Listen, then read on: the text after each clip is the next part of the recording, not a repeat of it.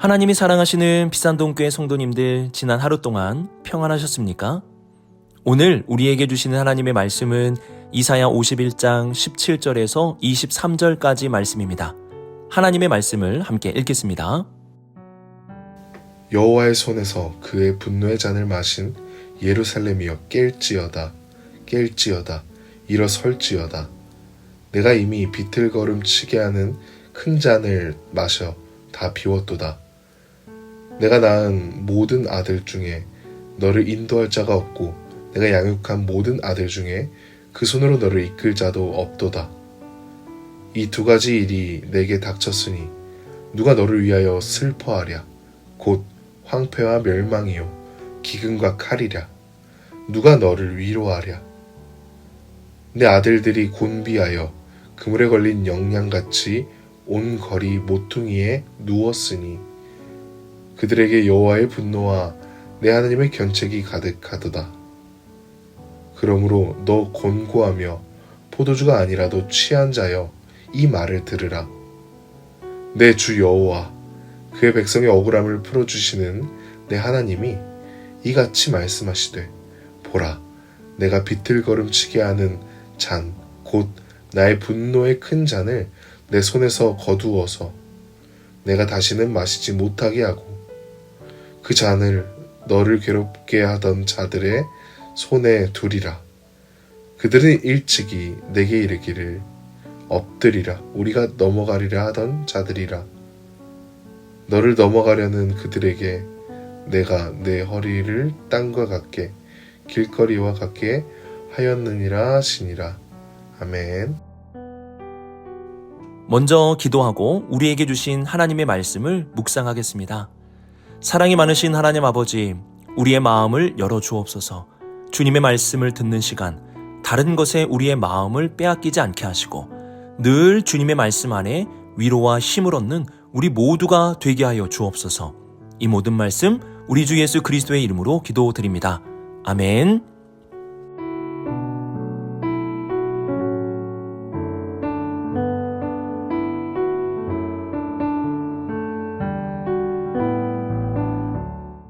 하나님은 이스라엘이 분노의 잔을 마셨다고 말씀하십니다.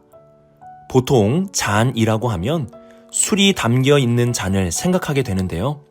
성경에서 잔이라는 표현은 술이 담겨 있는 것뿐만이 아니라 술이 쏟아지는 것을 상징적으로 가리키고 있습니다. 잔에 무언가가 들어가면 쏟아지듯이 하나님의 진노가 잔에 담겨 있고 그 진노가 쏟아지게 되었다는 것을 표현할 때 잔이라고 말씀하는 것입니다. 이스라엘은 범죄함으로 말미암아 그들의 잔에 하나님의 진노가 담기게 되었고 결국 그 진노의 잔은 그들에게 쏟아지게 되었습니다. 공의로우신 하나님은 이스라엘의 죄를 정확하게 심판하셨습니다. 하지만 긍휼의 하나님은 이들을 다시 깨워주셨고 일어서라고 말씀하십니다. 그리고 그 마지막에 네가 이미 비틀거름치게 하는 큰 잔을 마셔 다 비웠도다 라고 말씀하시며 그 심판이 끝이 났음을 알려주십니다. 그러나 18절 보시면 깨어난 이들은 다시 회복하기 어려운 상태에 이르게 되었습니다. 누군가가 이들을 일으켜줘야 하지만 이들을 일으켜줄 사람이 아무도 남지 않게 되었습니다.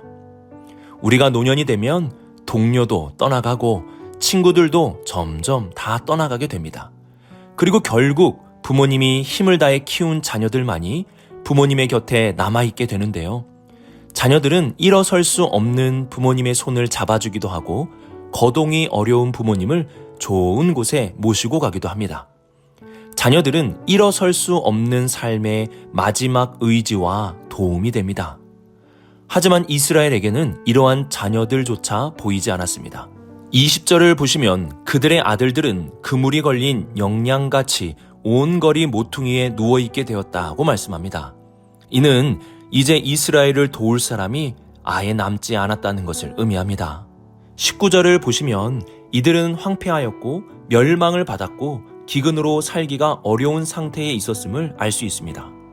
하나님의 진노의 잔이 끝났기에 다시 깨어나고 일어서게 되었지만 이들은 너무나 황폐한 상황에 놓여있게 되었습니다. 누군가가 도와주어야 다시 일어설 수 있었지만 이들을 도울 사람은 하나도 없었습니다.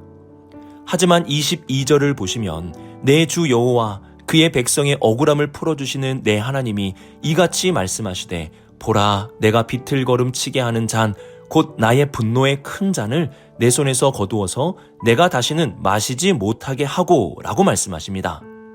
하나님이 이들의 억울함을 풀어주시고 하나님이 이들을 친히 인도해 주실 것에 대해 말씀해 주시는 것입니다. 하나님은 공의로우신 하나님이시기에 우리의 죄에 대해서는 반드시 심판을 내리십니다. 이는 죄에 대한 마땅한 결과입니다. 그러나 하나님은 우리를 그냥 내버려 두지 않으셨습니다. 우리를 불쌍히 여겨주시고 우리를 회복시키기 위하여 역사해 주십니다. 예수 그리스도의 십자가가 무엇입니까? 우리의 죄에 대한 하나님의 공의로운 심판이며 이러한 우리를 회복시키기 위한 하나님의 긍휼의 역사입니다. 우리는 오늘 말씀과 십자가를 통해 죄에 대한 심판과 우리를 위하여 다시 회복시키시는 하나님의 긍휼의 역사를 바라보게 됩니다. 그리고 우리는 이러한 심판과 긍휼 사이에서 하나님의 놀라운 사랑과 은혜를 깨닫게 됩니다. 우리는 진노의 잔을 채우는 존재이고 그 진노가 우리에게 쏟아져 멸망받아 마땅한 존재입니다. 하지만 하나님은 이러한 우리를 긍휼히 여겨주십니다. 죄로 인하여 진노받음으로 끝나야 하는 우리를 불쌍히 여기시는 것입니다. 그래서 죄에 대한 심판과 긍휼이라는 딜레마가 하나님께 있었습니다. 하나님은 이 두 딜레마를 해결하시기 위하여 죄에 대한 진노를 쏟아주시고 다시 회복시켜 주시기로 결정하십니다. 오늘 말씀이 그런 하나님의 결정을 보여주고 십자가에서 이 모든 하나님의 공의와 긍휼이 이루어지게 된 것입니다. 하나님은 십자가에서 우리에 대한 진노를 모두 쏟으셨고 십자가에서 우리를 다시 회복시켜 주셨습니다. 그래서 우리는 공의로운 진노와 긍휼의 회복 사이에서 하나님의 놀라운 은혜와 사랑을 깨닫게 됩니다. 오늘의 말씀과 예수 그리스도의 십자가를 바라보며 우리를 향한 하나님의 놀라운 은혜와 사랑에 감사하며 찬양하며 살아가는 우리 모든 성도님들이 되시길 주님의 이름으로 축복합니다.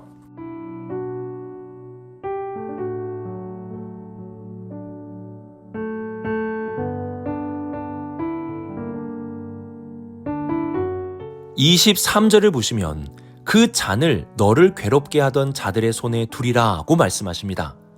하나님은 이스라엘에게 쏟으셨던 진노의 잔을 이스라엘을 모욕하고 핍박했던 원수들에게 쏟으시겠다고 말씀하십니다. 하나님의 백성이 죄를 지으면 하나님은 그 죄에 대해 심판을 내리십니다. 그 심판이 내려질 때 우리는 그 심판받는 하나님의 백성을 비웃거나 모욕해서는 안 됩니다.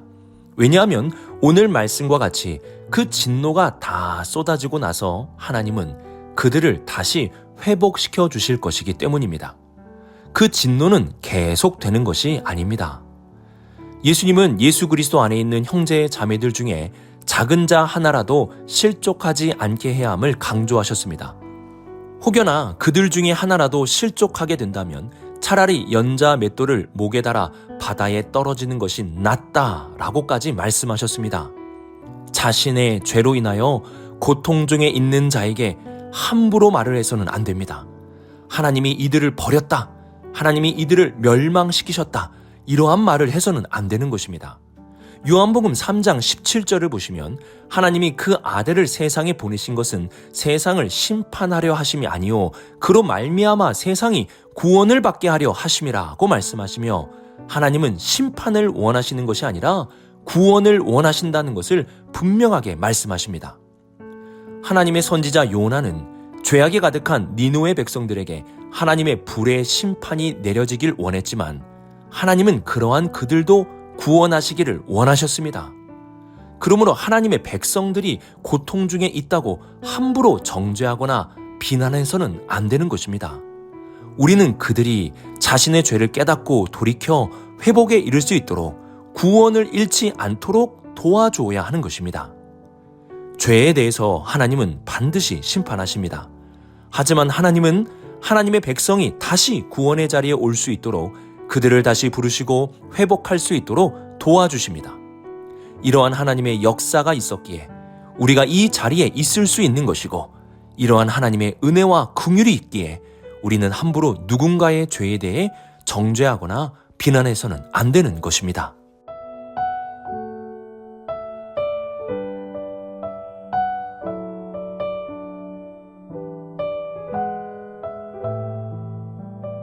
하나님의 분노의 잔이 하나님의 백성들을 압제했던 다른 나라로 옮겨가게 되었습니다. 23절에서 말씀하는 것과 같이 이들은 이스라엘의 등을 밟고 다니는 자들이었습니다. 하지만 하나님은 이스라엘에 내리신 진노의 잔을 그 등을 밟고 가던 자들에게 옮기셨습니다. 왜 하나님은 그 진노의 잔을 옮기셨을까요? 하나님의 백성을 심판하는 도구로 하나님께서는 주변 나라들을 사용하셨습니다. 어떤 때는 아수르를, 어떤 때는 바벨론을 하나님은 사용하셨습니다. 그런데 하나같이 그 도구들은 자신들의 힘으로 하나님의 백성들의 등을 밟았다고 하며 자신들의 힘을 과시하였습니다. 도구가 도구를 만드시고 사용하는 분을 잊고 자신들의 힘을 과시한 것입니다. 그들은 하나님이 주신 힘을 가지고 교만에 빠지게 되었습니다. 이사야서 13장 11절 보시면 하나님은 하나님의 도구로 사용하시려는 바벨론에게 이렇게 경고하셨습니다. 내가 세상의 악과 악인의 죄를 벌하며 교만한 자의 오만을 끊으며 강포한 자의 거만을 낮출 것이며, 이렇게 하나님은 바벨론에게 교만하지 말라고 경고하셨습니다. 교만하면 그 모든 것을 끊으실 것이라고 말씀하신 것입니다. 하나님의 백성을 압제하는 자들은 자신의 힘을 과시하며 교만한 자리에 올라가게 되었습니다. 그리고 하나님은 그 교만한 자의 오만을 끊어내시기 위해 진노의 잔을 그들에게 쏟아 내리신 것입니다. 하나님의 진노는 교만한 자를 향해 가게 됩니다. 우리는 이 점을 꼭 기억해야 합니다. 교만은 패망의 선봉입니다. 아무리 힘이 강하여 누군가의 등을 밟는 위치에 있어도 교만하면 결국 무너지게 됩니다. 그러므로 하나님의 백성들은 교만에 대해 늘 주의해야 합니다. 그러면 내 안에 교만이 들어오는지 들어오지 않는지 어떻게 알 수 있습니까?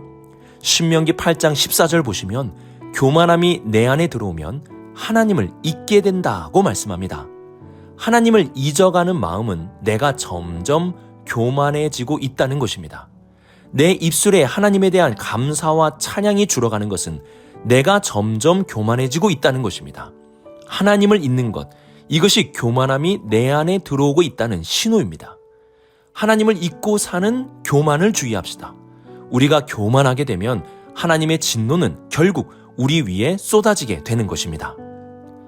오늘의 말씀을 묵상하며 하나님의 진노와 회복 사이에 있는 은혜와 사랑을 기억할 수 있기를 바랍니다. 하나님의 백성은 이러한 진노와 회복 사이에서 은혜와 사랑을 간직하며 살아가는 자들입니다. 그리고 함부로 정죄하고 함부로 판단하는 것을 주의하셔야 합니다.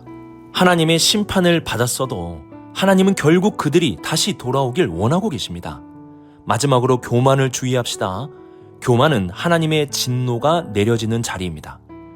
하나님을 잊는 자리에 교만이 싹 튼다는 것을 기억하며 오늘 말씀 속에서 하나님을 더욱 기억하고 하나님의 은혜와 사랑을 간직하며 살아가는 우리 모든 성도님들이 되시길 주님의 이름으로 축복합니다.